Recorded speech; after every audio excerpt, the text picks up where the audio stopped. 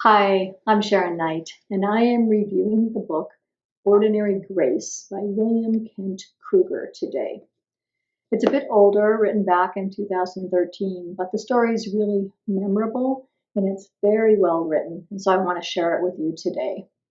The author, Mr. Krueger, was raised in the Cascade Mountains in Oregon and then moved to Minnesota. And I think his own experience of small town America helped him to weave a really believable tale about a family living in the Northwoods in Minnesota. The story is told through the eyes of Frank Drum as he looks back 40 years past. The story centers around the Drum family who lives in New Bremen, Minnesota.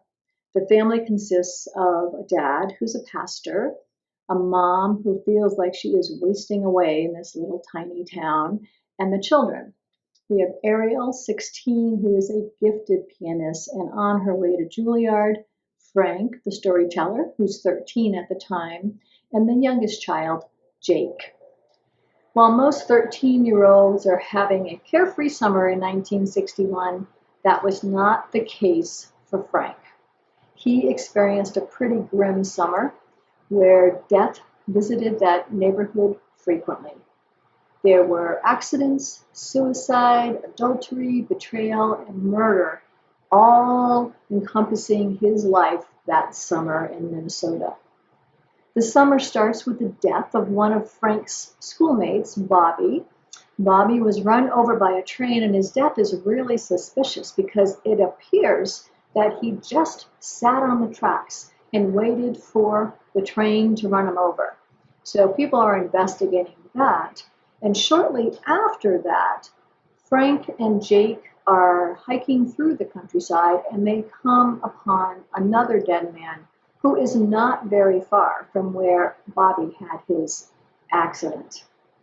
And as if that wasn't enough, later they have another death in that community that rocks everyone in New Bremen as well as the Drum family personally.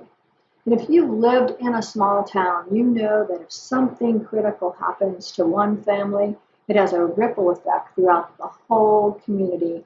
And we get a sense for that as we read this book.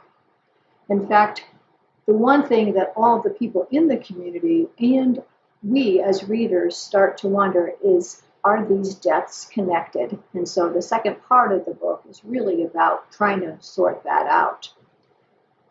Ordinary Grace, I think, is about how we choose to remember the things that have happened in our lives and how we create meaning out of the devastation or the shattered parts of what we have experienced.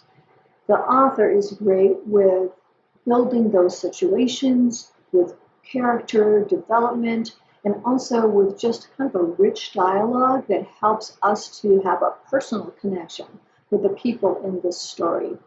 I hope that you will read this book. It really is quite extraordinary. If you do, let me know what you think about it. Thanks so much.